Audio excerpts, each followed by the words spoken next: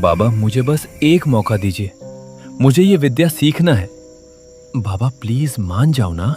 मूर्खता मत कर सुरेश, मैंने तुझे कितनी बार समझाया है, तंत्र कोई खेल नहीं है, इसमें जान और रूह दोनों दांव पर लगती है। ये वो दलदल है जहां इंसान अपनी मर्जी से आता तो है लेकिन वापस जा नहीं सकता। मैं किसी भी परिणाम के लिए तैयार हूं बाबा। परिणाम? तू क्या जानेगा परिणाम? शक्ति हमें चुनती है बालक, हम उसे नहीं। अगर तू अयोग्य हुआ तो शक्ति न केवल तेरा भक्षण करेगी बल्कि तेरे पूरे कुल का नाश कर देगी। तेरा वंश जड़ से खत्म हो जाएगा। बाबा मुझे मेरी योग्यता का तो पता नहीं, लेकिन मेरा संकल्प पक्का है। पिछले 4 महीनों से जब से मैंने आपकी शक्ति का प्रमाण देखा है, मेरे जीवन का और कोई उद्देश्य नहीं बचा। शहर की नौकरी, पैसा सब फीका है इसके सामने। पिछले 4 महीने से मैं आपके चक्कर काट रहा हूं।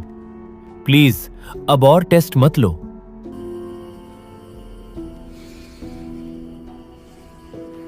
तेरी आंखों में जो सीखने की ललक और जिद है, उसे देखकर मैं तुझे एक मौका देता हूं। बताइए बाबा, मैं क्या करूं? तुझे शुरुआत करनी होगी सबसे निम्न मगर सबसे हठीली शक्ति से। कच्चा कलवा। कच्चा कलवा? हाँ, वो अतृप्त आत्माएं जो न पूरी तरह जी सकी न मर सकी, वो बच्चे जो गर्भ में या बहुत छोटी उम्र में मर गए, यानी कच्चे रह गए।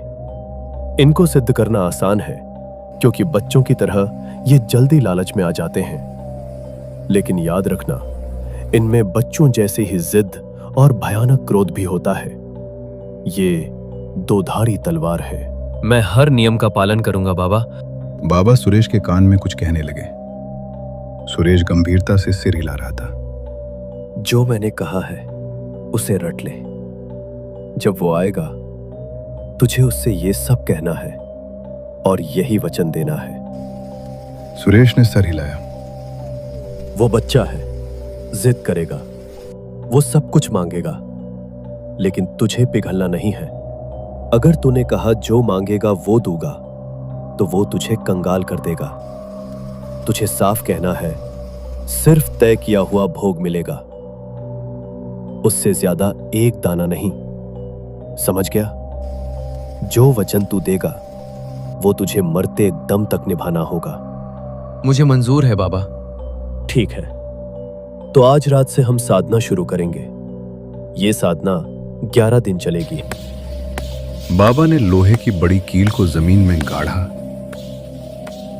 और उसके चारों तरफ राख से एक गोल घेरा बनाया।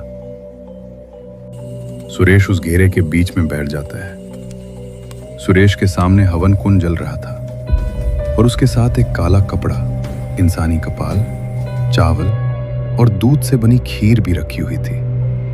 साथ ही एक खिलौना, सिंदूर, फूल और कुछ तंत्र का सामान भी रखा हुआ था। खबरदार सुरेश, अब चाहे जो हो जाए, चाहे धरती फटे या आसमान, इस सुरक्षा घेरे से बाहर मत निकलना। वो तुझे डराएगा, बुलाएगा, लेकिन अगर तू बाहर निकला तो मैं भी तुझे नहीं बचा पाऊंगा। घबराना नहीं, मैं थोड़ी दूर पर हूं, तो इस घेरे में सुरक्षित है और जैसी विधि बताई है वैसे ही करना। जी बाबा, जैसा आपने सिखाया है मैं वैसा ही करूंगा। सुरेश अपनी पलकें मूंदे मंत्रों के गहरे उच्चारण में लीन था। समय अपनी गति से सरक रहा था और जैसे जैसे साधना के दिन बीत रहे थे, अदृश्य शक्तियों का घेरा कसता जा रहा था। शुरुआत में सन्नाटे को चीरती हुई कभी किसी बच्चे के रोने की सिसकियां उठती, तो कभी खिलखिलाने की आवाजें गूंज उठती। सुरेश का शरीर सिहर उठता, रीढ़ में भय की एक ठंडी लहर दौड़ जाती, लेकिन बाबा के शब्द उसे रोके रखते। विचलित मत होना, ये सब परीक्षा है। इसी विश्वास के सहारे वो अपनी जगह पर जमा रहा। लेकिन आज की रात